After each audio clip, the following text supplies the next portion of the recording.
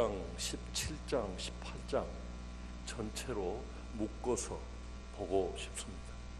그리고 그 모든 그 이야기들이 서로 연관되어 있다라고 하는 것이고, 그것을 추려서 주제로 순종에 대한 도전, 순종을 향한 도전이라고 제목을 잡았습니다. 나무를 보지 말고 숲을 보라 라고 하는 말은 큰 안목의 중요성을 강조하는 표현입니다. 나무를 무시하라는 것이 아니라 먼저 큰 숲을 보고 그것을 염두에 둔 채 각각의 나무를 보아야 정확하게 알 수 있다. 그래서 그 순서의 중요성을 담고 있는 말이 나무를 보기 전에 숲을 먼저 보라 하는 말일 것입니다. 본문을 볼 때는 이러한 접근 방법이 필요합니다. 언뜻 보기에는 서로 연관이 없는, 특히 우리가 보는 성경은 16장, 17장, 18장 이렇게 나누어져 있기 때문에 다른 사건으로 우리가 생각할 수 있습니다. 그렇지만 누가는 분명하게 서로 연관되어 있음을 말하고 있습니다. 차례대로 글을 쓰고 있다고 서문에서 밝혔기 때문입니다. 그러므로 그것이 저자의 의도임을 염두에 두고 누가복음 16장, 17장, 18장, 아니 그 앞에 것도 언급하면서 전체적으로 주님이 우리에게 뭘 말씀하고 계시는가를 찾고 싶습니다. 바로 앞의 두 단락은 좁은 문을 선택해야 한다는 것과 회개하는 죄인을 하늘의 기쁨으로 맞이한다라고 하는 말씀을 주었습니다. 13장과 14장에서. 그리고 15장 1, 2절을 보면 두 부류의 사람을 발견하게 됩니다. 한마디로 표현하면 예수 그리스도가 전한 복음을 받아들이는 사람과 받아들이지 않는 두 부류의 사람에게 지금 교훈하고 있습니다. 계속해서 등장하는 양의 비유, 은전의 비유 또는 돌아온 탕자, 두 아들의 비유를 통해서도 이런 두 종류의 사람들이 있음을 분류할 수가 있습니다. 주님이 그렇게 열정적으로, 보통 분도 아니고 하나님의 말씀이신 그분이 육신을 입고 오셔서 성자 하나님이 말을 함에도 불구하고 그 말을 받아들인 사람이 있고 받아들이지 않는 사람들이 있다는 것입니다. 오늘 우리가 읽은 누가복음 16장 본문에서도 마찬가지입니다. 제자들과 바리새인들이라고 하는 두 그룹이 등장합니다. 이런 각도에서 보면 세 쌍의 사건들이 포함되어 있습니다. 각 제자들과 바리새인들 집단에 대한 두 개의 비유가 먼저 등장합니다. 하나님 나라의 도래에 대한 두 설교가 17장에 등장합니다. 그리고 과부와 재판관, 바리새인과 세리의 기도라고 하는 비유가 18장에 등장합니다. 이처럼 지속적으로 두 부류의 사람들을 향한 도전을 하나님께서 하고 계시다. 예수님께서 그런 말씀입니다. 다시 말씀드리면 13장 22절부터 시작된 거대한 단락의 교훈의 연장선에 서 있는 것입니다. 본문에 이르기까지 주님은 사람들이 어떻게 하나님께로 나올 수 있는가, 그리고 하나님께로 나온 사람들을 하나님이 어떻게 그들을 환영하실지를 말씀해 오고 계십니다. 이제 주님의 말씀을 들은 사람들에게는 그 말씀을 들은 후에 어떻게 무엇을 해야 할 것인가 라고 하는 책임과 숙제가 있게 됩니다. 오늘 저는 주님이 오랫동안 상당한 시간에 걸쳐서 말씀하신 말을 여러분들에게 한 번에 전해드리면서 여러분들이 결단할 것을 촉구드립니다. 첫 번째로 섬김의 삶을 적극적으로 살아야 한다라고 전체적으로 볼 때 예수님이 말씀하십니다. 섬기는 삶을 적극적으로 살아라. 16장은 의롭지 않은 청지기의 비유로 시작합니다. 그는 쫓겨날 상황에서 장부를 조작해서 주인에게 빚진 자들에게 환심을 사고자 합니다. 그런데 사문서를 위조한 범죄자를 향해 주님이 오히려 지혜 있게 하였으므로 칭찬하였다고 성경은 기록하고 있습니다. 이 부분 때문에 난해한 비유로 분류되기도 합니다. 그러나 제자들에게 이르시되 라고 하는 말씀을 염두에 두고 보면 여기서 예수님이 강조하시고자 하신 것은 불의한 청지기의 죄가 아니라 불의한 청지기의 지혜에 초점을 맞추고 있다는 것입니다. 성경을 해석할 때 가장 기본이 되는 원칙은 다른 곳에서 분명한 사실을 불분명한 한 구절이 뒤집을 수 없다는 것입니다. 사기나 위조는 결코 허락되지 않은 일이기에 여기서는 그 사람의 사문서 조작에 초점을 맞춘 것이 아니라 지혜롭게 행동한 그의 지혜에 초점이 맞추어져 있다 하는 말씀입니다. 지혜의 핵심은 바로 영원을 준비하는 것이라 라고 하는 것입니다.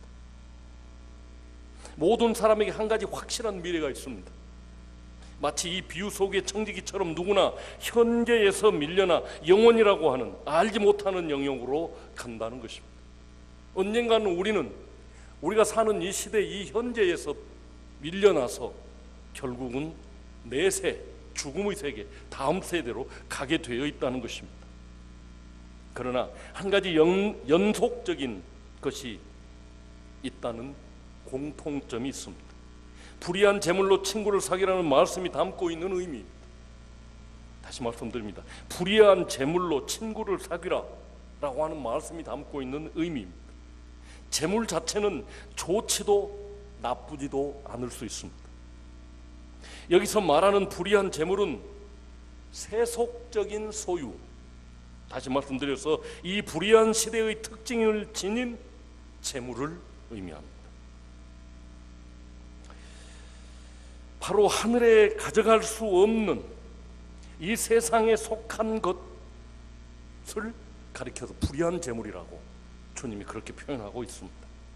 돈만 말하는 것이 아니라 이 세상의 모든 죄와 그리고 우리가 갖고 있지만 내세로 가지고 갈 수 없는 모든 것들을 이 세상에 속한 재물, 불의한 재물, 불의한 시대에 얻은 것들이라는 의미가 있습니다. 그것을 어떻게 사용하느냐가 다음 내세의 삶에 영향을 준다는 것입니다. 여러분들이 가지고 있는 시간, 재능, 재물, 재화 모든 소유를 내가 이 시대에 어떻게 사용하느냐에 따라서 다음 세대에 영향을 미친다고 말씀하고 계십니다. 재산, 능력, 시간을 이곳에서 지혜롭게 사용해서 죽음 너머까지 남아 있을 수 있는 친구들을 사귀라는 것입니다. 다시 말해서 섬기며 사는 것이 다음 세대를 준비하는 중요한 일이다.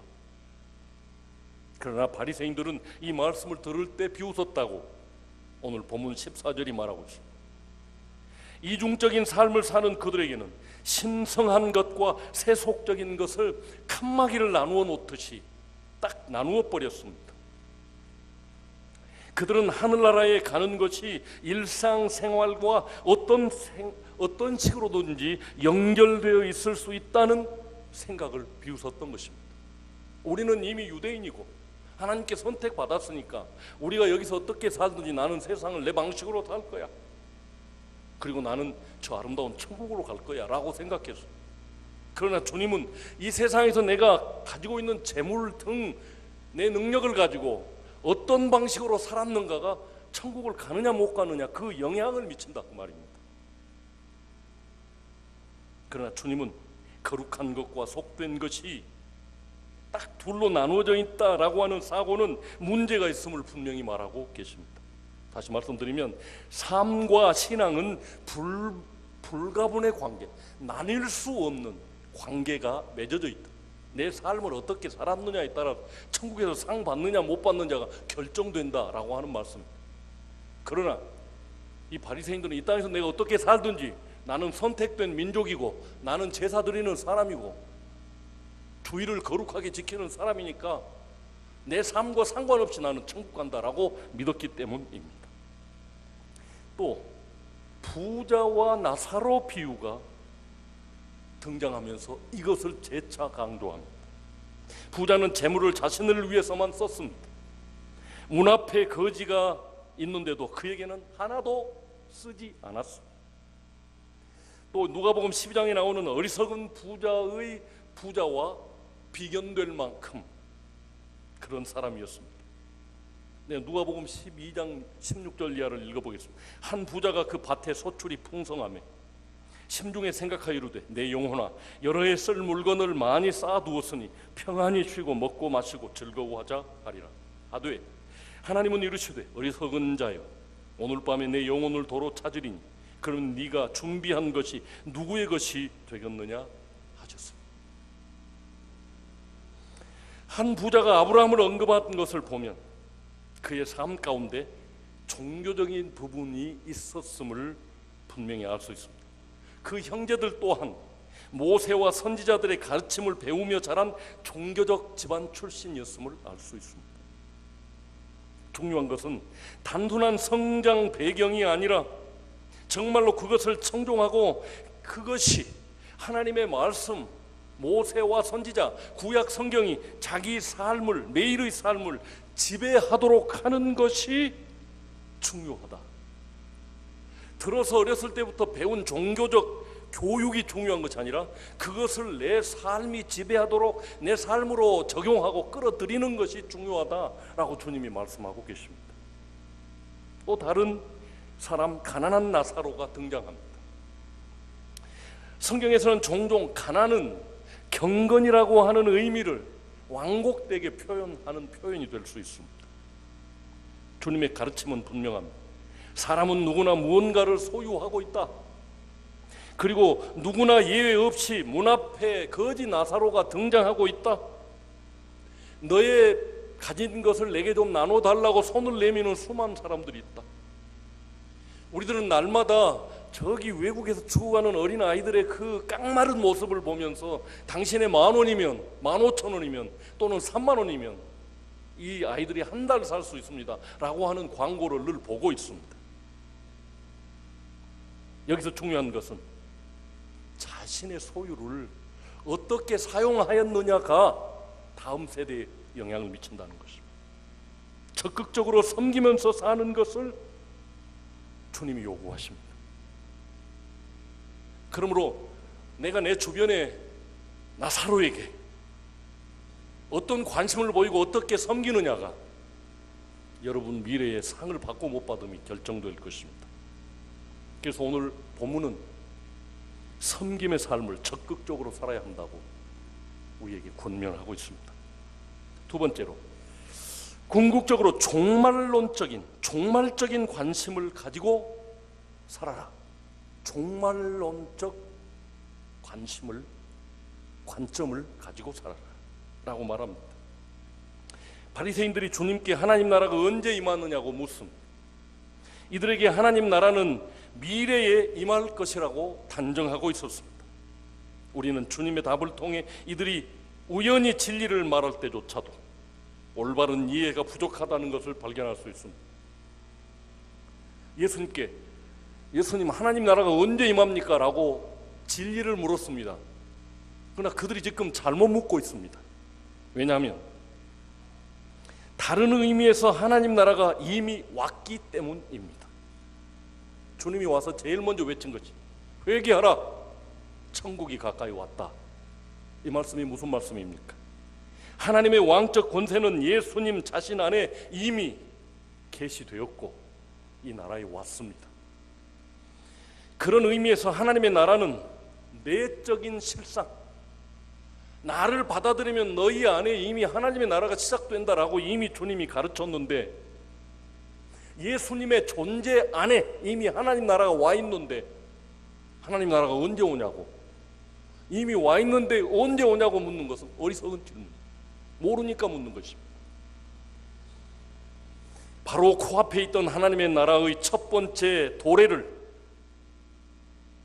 인식할 수 없는 그들에게 그 나라가 최종적으로 임하는 것에 대해 말하는 것은 아무런 의미가 없기에 그 질문에 대한 직접적인 답을 주님이 주지 않습니다. 제자들은 하나님 나라의 현재적 실상을 받아들인 사람들이며, 주님이 하늘나라 왕이시고 하나님 나라를 가지고 왔고 그 주님을 영접하면 나도 하나님 나라 백성이 되었고 하나님 나라를 현재적으로 내 실상 안에서 내 안에서 누리게 되었다는 사실을 받아들인 사람들이고, 그것을 전파하도록 보내심을 받은 사명자들이 제자입니다. 예수님은 하나님의 나라의 현재적 요소에 더해 미래적 요소인 재림에 관해서 두 가지를 말씀하십니다. 첫 번째는 하나님 나라가 분명하게 이루어진 것이며 또한 돌연히 이루어질 것이라는 사실입니다. 이미 주님의 나라가 왔고 어느 날 갑자기 완성된 하나님의 나라가 너희에게 다가올 것이라는 것이죠. 두 번째는 하나님 나라가 처음 나타났을 때는 여기 있다라는 부르짖음이 적절하지 않습니다. 별로 보고 싶어 하지 않은 사람들은 어쨌든 그것을 볼 수 없었기 때문입니다. 하나님의 나라가 예수님과 함께 이미 임했다. 그런데 그것을 알고 싶지 않고 받아들이고 싶지 않은 사람들에게는 별 의미가 없는 이야기였습니다. 하지만 하나님 나라가 최종적으로 임할 때 그런 부르짖음은 여전히 불필요합니다. 그 이유는 정반대인데, 그 어느 것도 그것을 어느 누구도 보지 않을 수 없는 하나님의 나라가 임하게 될 것입니다. 예수님이 오셨을 때는 받아들이지 않아도, 그래서 별 관심 없이 하나님의 나라가 저 사람들 속에서 어떤 변화를 일으키는가를 몰랐습니다. 그렇지만 주님이 다시 오실 때는 심판할 때입니다. 하나님의 나라가 완성되어 임하는 때입니다. 모두가 보게 될 것입니다. 해같이 빛나는 주님의 모습을 보고 벌벌 떨면서 산아 무너져서 나를 좀 덮어다오, 바위야 내게 떨어져서 나를 좀 가려다오 라고 할 그런 때가 올 것이기 때문입니다. 그렇게 우리는 항상 질문을 던지며 살아야 합니다. 정말로 하나님의 나라에 마음을 두고 있는지, 임하실 하나님의 나라를 나는 늘 생각하면서 종말적인 생각을, 관점을 가지고 살아가고 있는지, 주님 오셨을 때 그분을 아멘 하고 받아들일 수 있는 믿음을 가지고 사는지 자기에게 늘 질문하면서 살아야 된다는 것입니다. 저자 누가의 이야기를 보면 서둘러 가방과 짐을 움켜잡고서 다가오는 심판이 황급하게 다가올 때도 여전히 문 앞에서 방황하면서 심판자보다 집안에 있는 내 보물, 내 세간살이, 거기에 관심을 두는 사람들이 있게 될 것이라는 것입니다. 심판이 임하는데도 천국에 가지고 갈 수도 없는, 내 생명을 건지는 데는 아무런 소용이 없는 물질에 마음이 붙잡혀서, 예를 들면 소돔과 고모라에서 피해 도망가다가 두고 온 건 미련에서 돌아봐서 소금 기둥이 된 롯의 처처럼 말이죠.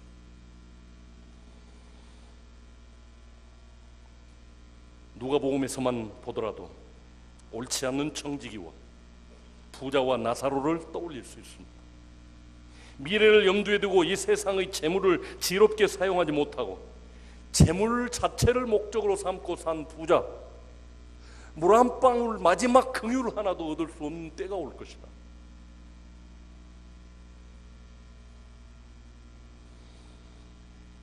이들의 실패는 우리의 성공의 거울로서 반면교사가 됩니다.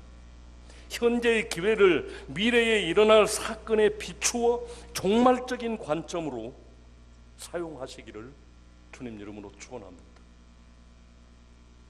세 번째, 온전한 신앙의 삶에 지속적으로 도전해야 합니다. 종말을 염두에 두고 살 때 현재를 보는 눈이 달라집니다.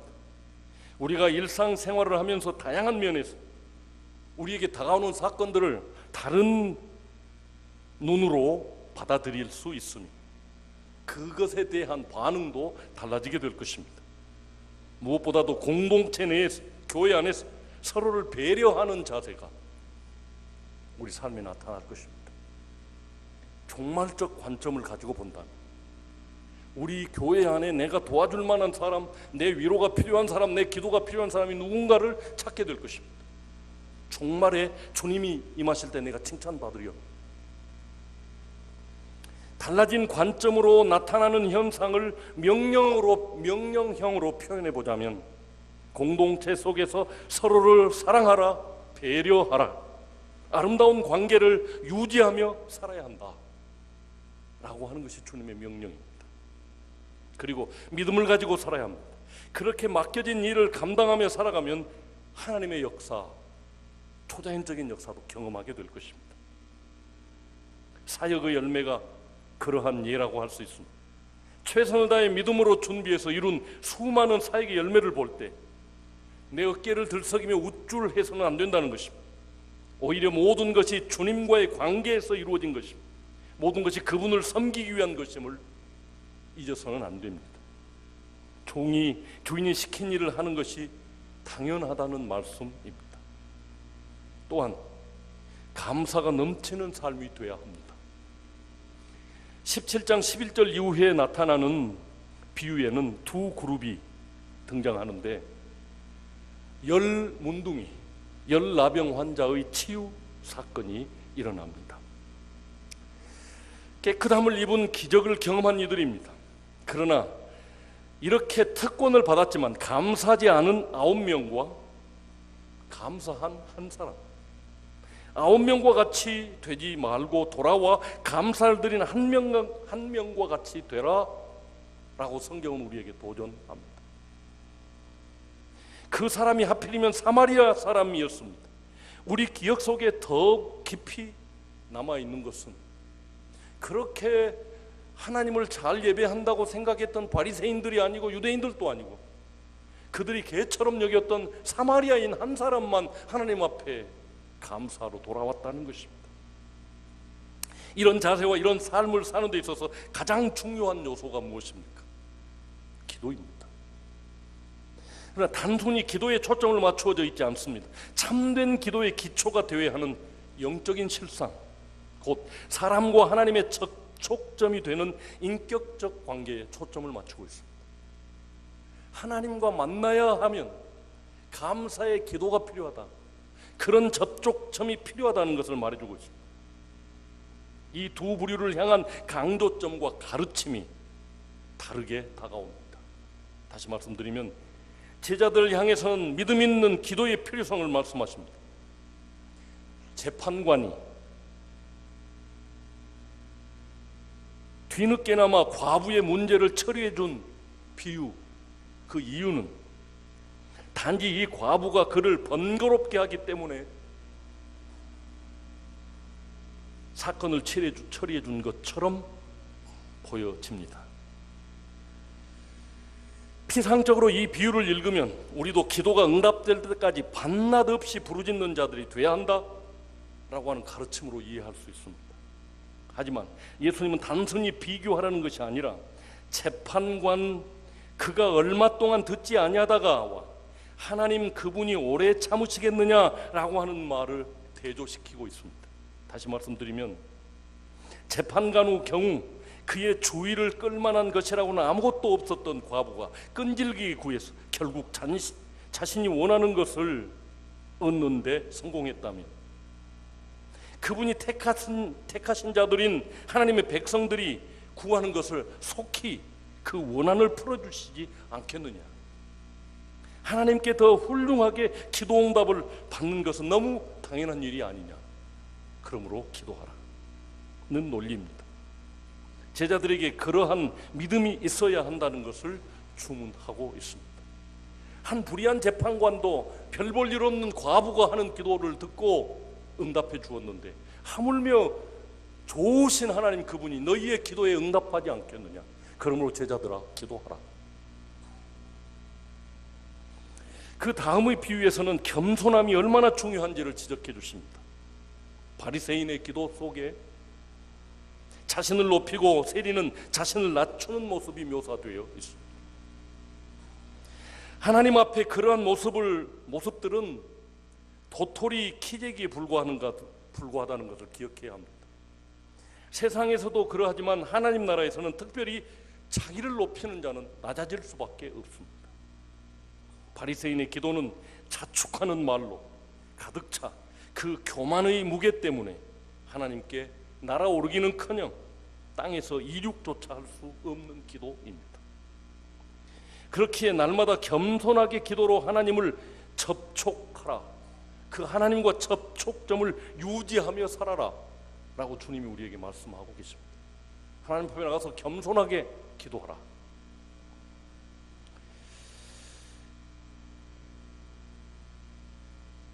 바리새인의 기도는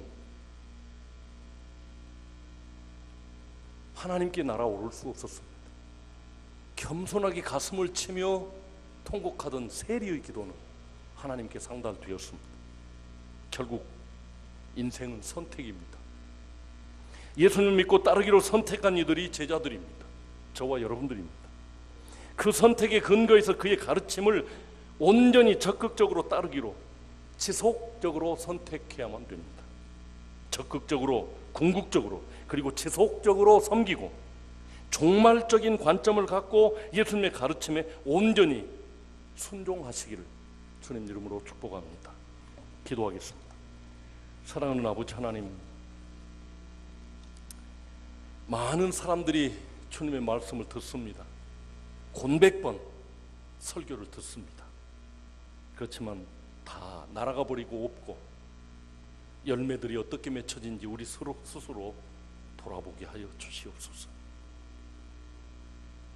주님의 말씀을 온전히 따르며 순종할 것인지, 다음 시대에 오고 있는 하나님의 나라에는 관심 없이 이 땅에서 잘 먹고 잘 사는 데만 관심이 있지 않는지 우리를 돌아보게 하시고 겸손하게 세리처럼 가슴을 치며 주 앞에 기도해서 하늘나라의 보물을 쌓는 삶, 이웃을 배려하며 섬기며 사랑하며 지속적으로 하나님과 사귀는 삶을 살게 하여 주시옵소서.